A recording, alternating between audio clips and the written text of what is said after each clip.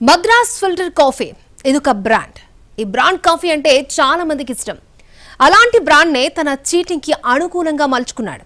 అది తన తాత ముత్తాతలది అని చెప్పి నమ్మిస్తూ ఫ్రాంచైజీలు ఇచ్చేశాడు. చివరికి బాధితుల ఫిర్యాదుతో ఫోర్జరీ కేసులో పట్టుబడ్డాడు. మద్రాస్ ఫిల్టర్ కాఫీ పేరుతో మోసం చేస్తున్న ఆ యువకుడెవరు, అతనిపై ఎన్ని కేసులున్నాయి? మోసం చేయడం, ఫోర్జరీ చేయడం, ఇతరుల వ్యాపారాలను దెబ్బతీయడం, కోర్టుల్ని సైతం బురిడీ కొట్టించడం అతనికి జస్ట్ కాఫీ తాగినంత ఈజీ. అతడే మద్రాస్ ఫిల్టర్ కాఫీ యజమాని పరుచూరి యశ్వంత్ కుమార్. ఇప్పుడు అతనిపై పలు సెక్షన్ల కింద చీటింగ్ కేసులు నమోదయ్యాయి. నకిలీ పత్రాల ద్వారా 1979 నుంచి మద్రాస్ ఫిల్టర్ కాఫీ వ్యాపారంలో ఉన్నామంటూ కేంద్ర ప్రభుత్వ అధికారులను, కోర్టులను బురిడీ కొట్టించాడు యశ్వంత్. అంతేకాదు, ట్రేడ్ మార్క్ లైసెన్స్ తెచ్చుకుని ప్రజల్ని మోసం చేస్తున్నట్టు వెలుగులోకొచ్చింది. ఈ విషయమై పశ్చిమ గోదావరి జిల్లా పోడూరు పోలీస్ స్టేషన్లో యశ్వంత్ మీద చీటింగ్, ఫోర్జరీ కేసు నమోదు చేశారు.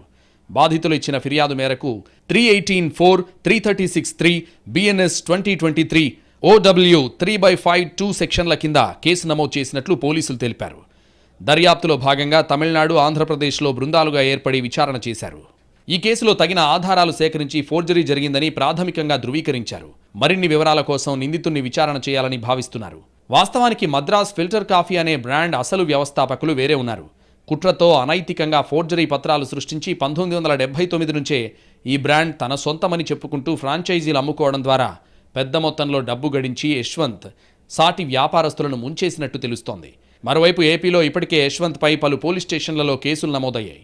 విజయవాడ సింగ్ నగర్ పోలీస్ స్టేషన్లో డబ్బుల కోసం బెదిరింపు కేసుంది. 316/2, 351/2, OW 3/5 సెక్షన్ల కింద చీటింగ్ కేసులు నమోదయ్యాయి. అలాగే ఫోటోలు మార్ఫింగ్ చేసి సామాజిక మాధ్యమాలలో తోటి వ్యాపారులను బెదిరించిన నేరంపై 351/2, 13/5, BNS 66C, ITA 2000 సెక్షన్ల కింద విశాఖ సైబర్ క్రైమ్ పోలీసులు కూడా కేసు నమోదు చేశారు. ప్రస్తుతం ఆ కేసులు కూడా పోలీసుల విచారణలో ఉన్నాయి. తాజాగా ఈ ఫోర్జరీ భాగోతం వెలుగులోకి రావడంతో పెద్ద ఎత్తున యశ్వంత్ బాధితులు పోలీసుల్ని ఆశ్రయిస్తున్నారు. పలు పోలీస్ స్టేషన్లలో ఫిర్యాదులు అందుతున్నాయి. ఈ వ్యవహారంపై మరింత లోతైన విచారణ జరపాలని పోలీస్ అధికారులు భావిస్తున్నట్టు తెలుస్తోంది.